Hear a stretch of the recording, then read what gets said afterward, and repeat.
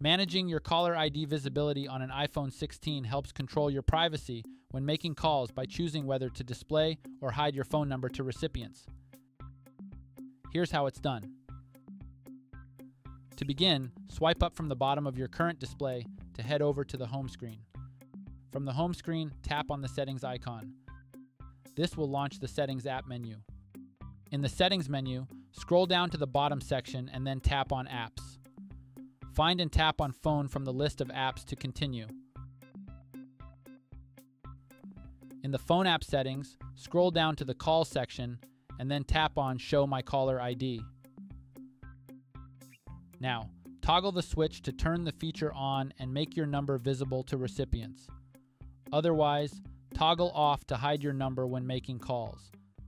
Just configure this setting according to your calling needs and preferences.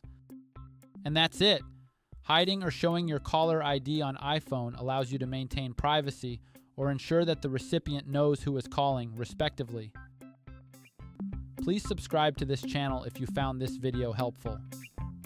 Thanks for watching.